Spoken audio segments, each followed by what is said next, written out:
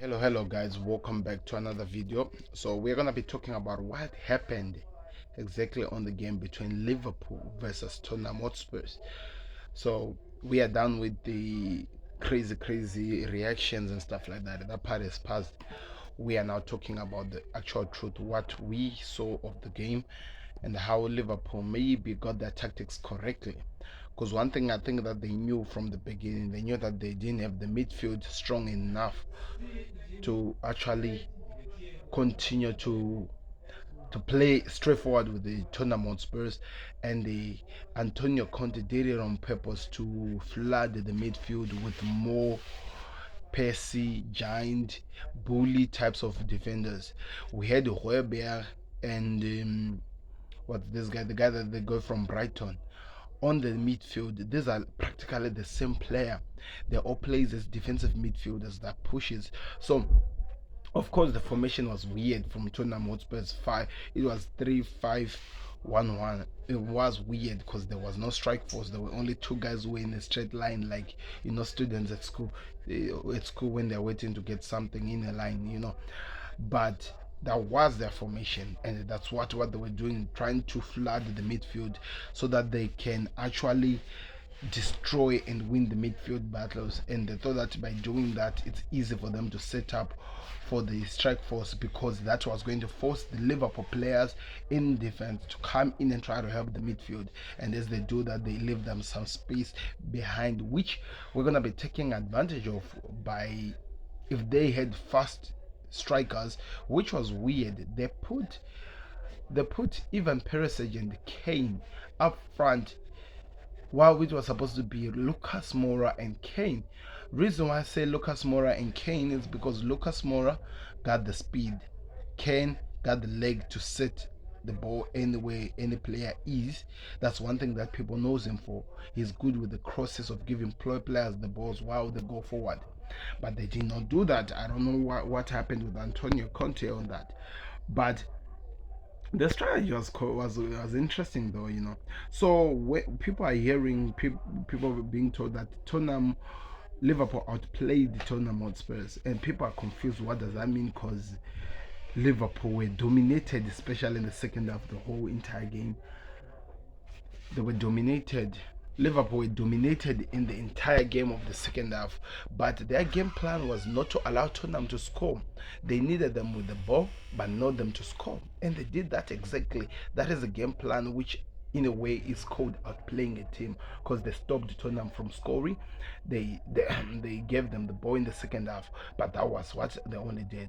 But what we can talk about, what made the game interesting was this: we had players who were causing problems going forward, putting so much pressure on Liverpool, trying to by any chance hit them on the counter and make them suffer, but they didn't have the speed. So now the wingers that were in the midfielders were the guys who were now doing that job of running like strikers going forward, and that was the kid who was giving problem with Trent Alexander-Arnold. I'm forgetting the other player, but this was a good game. If it wasn't for Tottenham, they added more players in defense, but they're still open at the backside. Is it that they now have more players at the back, making the defense of Tottenham non-existent? Because any team with a back five, they would at least make sure that the team does not pass them the way Liverpool were actually getting inside their back line and causing problems like they were doing. That didn't make sense for me. That actually did not make sense for me, and that went on for some time, and that's where the problems actually came from, and that's how this whole goddamn thing actually happened. The goal scores that were scored by Liverpool, that's how they were able to do, just by outclassing Tottenham Hotspurs, by getting their front and forcing them to make mistakes like the Allison kick, which Dyer thought he was passing to Lloris, but he was actually passing to Mohamed Salah, which ended up being a goal, which also caused the cross that was crossed by Robertson, which came to Nunes. Is it Robertson to Nunes? And he stopped stopped it and he set it for Salah, and Salah scored his first goal. And Lloris did not even move because he was not even expecting the ball to go that direction, and he was not even expecting the ball to reach that part of Mohamed Salah. He thought it was going to Nunes, but Nunes, when he gave it to Salah, that was a confusion on him. Um, who were my takeaway, my best players in the Liverpool squad? I talked about Tottenham Hotspur, how they set up and how they played. I was impressed with Ibrahima Konate because I felt like all the aerial duels and all the one-on-one situations and all the attacks that Tottenham Hotspur tried, he always came up on the upper hand. He was bullying, he was bulldozing the strike force of Tottenham Hotspur, which in a way made us make it to the way we did, which in a way actually helped us to win the game that we did. Because if it wasn't of his structure, his speed, and his attacks, that would have actually hurt us. I don't think Joe Gomez would have actually managed to do what Konate did in that game, and we need to show so much respect on him. I was also impressed with Darwin Nunes because I felt like strike force, he was the threat that Tottenham Hotspur were afraid of. Yes, people might be afraid that might be happy that Salah scored the goals, but Darwin Nunes was the threat that led to the goals that Salah was able to score. It forced the defense to try to focus more on him and leaving Salah, but that never stopped him because he kept on hitting. Remember, he had a shot that he hit the post.